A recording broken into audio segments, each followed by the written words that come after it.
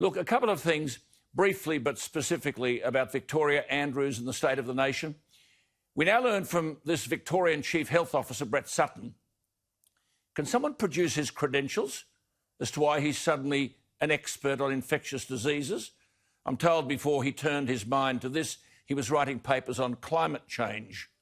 Could that be right? Now he's saying he wasn't part of the curfew. The Chief Medical Officer wasn't part of the curfew, and it had nothing to do with public health. It was an enforcement mechanism. Well, if the curfew has nothing to do with public health, then there should be no curfew. And of course we know, as I've said many times, worldwide experts say there should be no lockdowns. Stanford University, Nobel Prize winning scientist. I see Donald Trump has just been in the last hour nominated for the Nobel Prize. Good on him and good luck to him. But Professor Michael Levitt has said lockdowns are a huge mistake. The Professor of Theoretical Epidemiology at Oxford University, Sunetra Gupta, has urged, quote, Australia to abandon its selfish and self-congratulatory lockdown tactic. And we have now the Andrews roadmap. Many businesses, funny road this, won't be opening until as late as November.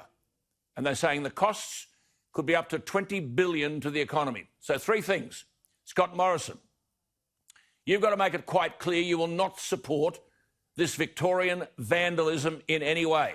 First point, let's hear it, Prime Minister. Simply and specifically, you won't support this Victorian vandalism. Secondly, this is the worst public policy catastrophe in Australian history. Andrews should be forced out of the job, and the Labor Party should do that, and if they can't, they should explain why. Andrews has to go now. If he wants to appear at press conferences every day, then he's telling the nation he owns this disaster. 6.5 million Victorians deserve better leadership. So first point, Prime Minister, disown all of this and start getting a spine. National leadership is required. Andrews should go. And if the curfew has nothing to do with public health, it should go. And the third thing is this. There now has to be a national advertising campaign to tell the truth. Tell Australians that 99% of cases are mild. Tell Australians that expert epidemiological advice is that lockdowns should not exist. Actually, the Prime Minister said that himself. He said border closures should not exist. Well, take out a national campaign advertising to tell the public the truth. And while Mark McGowan is locking everyone out of Western Australia, the Premier, tell the nation what McGowan said, the West Australian Premier, in the West Australian Parliament on March 18. I quote, if we close the borders to the east, what will happen to our markets and products and supply chains for important goods? Unquote.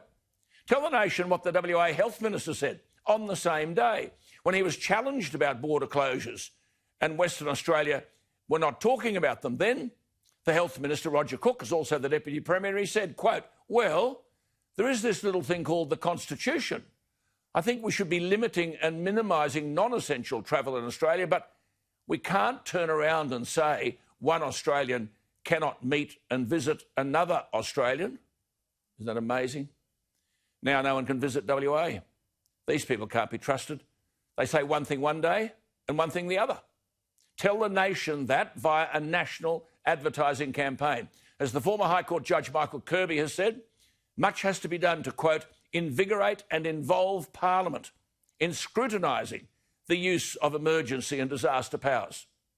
He said, and I quote, Parliament needs to be questioning in its role so that it doesn't become a tame servant of the executive arm of government, unquote. Well, Parliament doesn't even meet.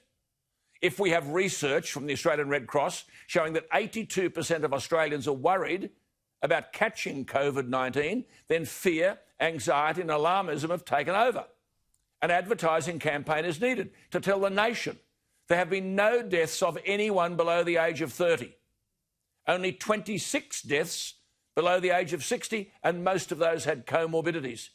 Tell the nation the Department of Health itself says, quote, only 9% of Australian hospital patients recorded no comorbidity. That is, only 9% of the deaths or the cases were due to coronavirus alone.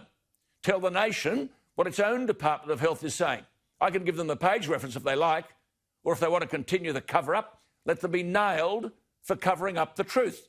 Their own department said, quote, the symptoms reported by COVID-19 cases in Australia are consistent with a mild respiratory infection in the majority of cases, unquote.